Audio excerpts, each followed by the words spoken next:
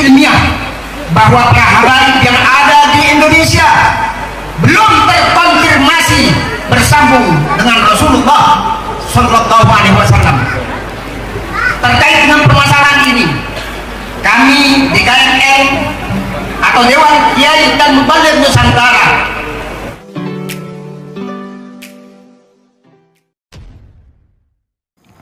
Assalamualaikum warahmatullahi wabarakatuh. Jumpa lagi dengan saya di channel Gagasan Progresif 9, sahabat sebangsa dan setanah di mana saja Anda berada.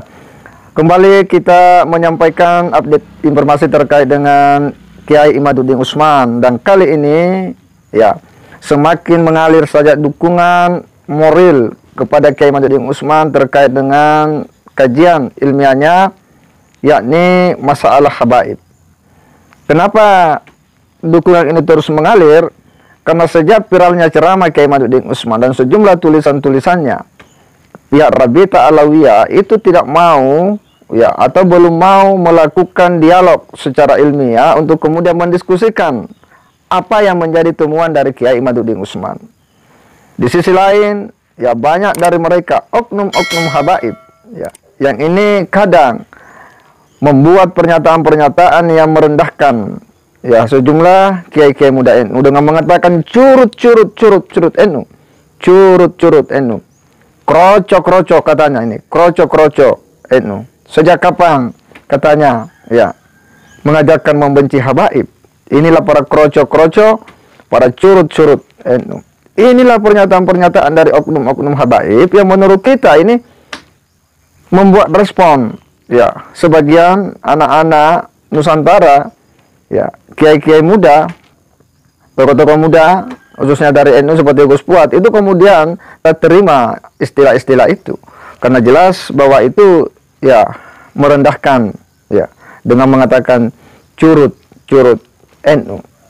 Maka kita pun kemudian bangkit, dan apa yang hari ini dilakukan oleh Kiai Imaduddin Utsman adalah jalan untuk kemudian ya pembuka agar ada dialog terhadap para habaib ini terkait dengan apa yang hari ini sedang diperbincangkan, dan dukungan dari berbagai daerah pun mengalir. Nah, untuk lebih jelasnya kita simak dulu bagaimana ya pernyataan dari Kiai ini. Kita simak sama-sama. Assalamualaikum warahmatullahi wabarakatuh. Pernyataan sikap oleh DKMN. Bismillahirrahmanirrahim. Mencermati fenomena sosial keagamaan yang kian memanas tentang eksistensi habaib di negeri ini membuat masyarakat seakan terbelah menjadi dua kelompok. Satu pihak kelompok habaib serta para pendukungnya, dan di lain pihak kelompok ulama dan miring kiai yang notabene mereka adalah kaum pribumi. Kondisi ini disebabkan oleh adanya sikap arogan oknum habib yang dalam tiap pernyataannya, setiap ceramahnya kerap mendiskreditkan posisi kaum pribumi. Bahkan mereka tidak segan-segan menganggap bahwa pribumi adalah sebagai budak mereka. Bahwa kemudian perlawanan muncul mulai dari Pleret hingga provinsi Banten adalah guru kita Kiai Imaduddin Utsman Al-Bantani yang dengan tegas menyatakan dengan bukti-bukti ilmiah bahwa para habaib yang ada di Indonesia belum terkonfirmasi bersambung dengan Rasulullah Shallallahu Alaihi Wasallam. Terkait dengan permasalahan ini, kami DKMN atau Dewan Kiai dan Mubaligh Nusantara memberikan apresiasi yang setinggi-tingginya sekaligus dukungan kepada Al-Mukarram Bapak Kiai Haji Imaduddin Utsman Al-Bantani. DKMN lebih menjunjung tinggi aspek akhlak dan keilmuan ketimbang nasab yang tinggi namun rendah akhlaknya dan dangkal pemahaman keagamaannya.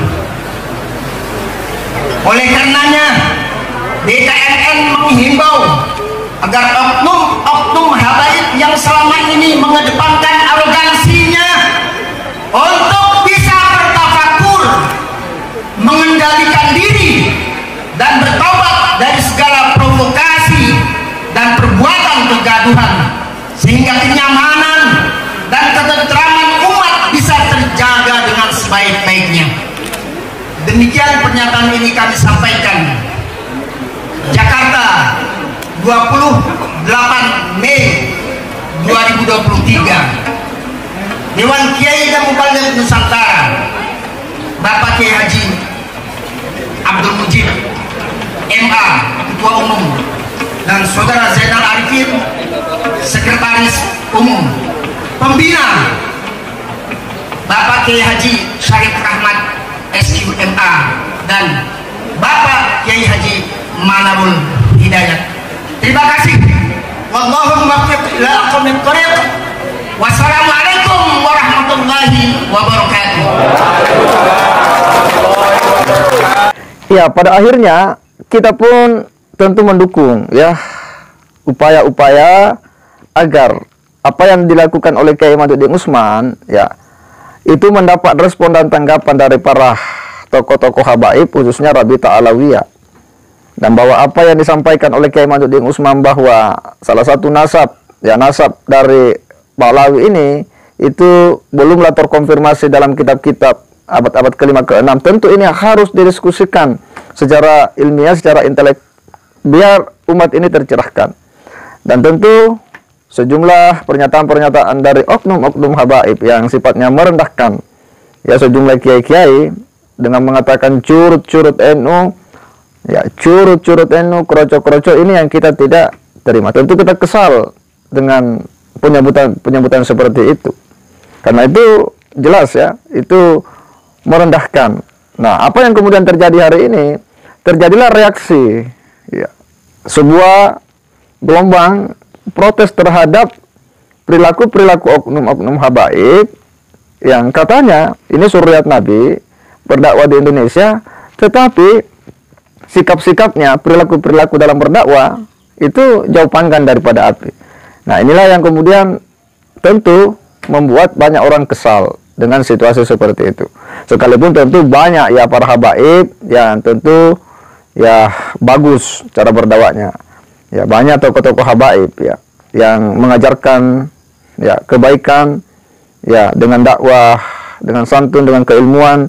Banyak tokoh dari mereka itu adalah ulama besar, tetapi segelintir oknum-oknum inilah yang kemudian mencederai ya nama habaib ini. Dan inilah yang kemudian menimbulkan ya kekesalan dari ya orang-orang yang selama ini konsen dalam memberikan dakwah di Indonesia, khususnya para keturunan-keturunan Wali Songo, karena dia pun dinafikan. Nah, ini adalah sebuah bentuk ya kekesalan dari kita semua, dan tentu kita mendukung apa yang dilakukan oleh Kiai Imaduddin Usman untuk kemudian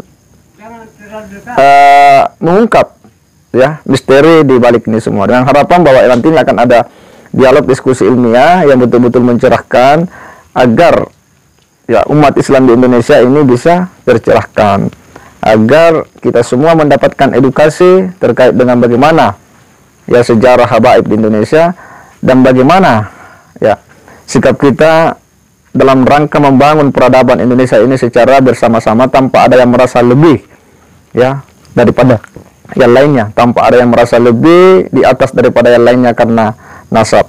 Inilah yang kemudian harusnya disadari oleh mereka-mereka yang selama ini menjadi ya pemicu dari munculnya reaksi-reaksi dari masyarakat Indonesia. Dengan harapan kita mendukung penuh apa yang telah dilakukan oleh Kiai Imaduddin Usman, dan harapannya ini adalah persoalan ilmu yang harus muaranya juga dengan ilmu. Harus ada dialog terbuka yang bisa mencerahkan umat Islam di Indonesia. Saya kira demikian. Wassalamualaikum warahmatullahi wabarakatuh.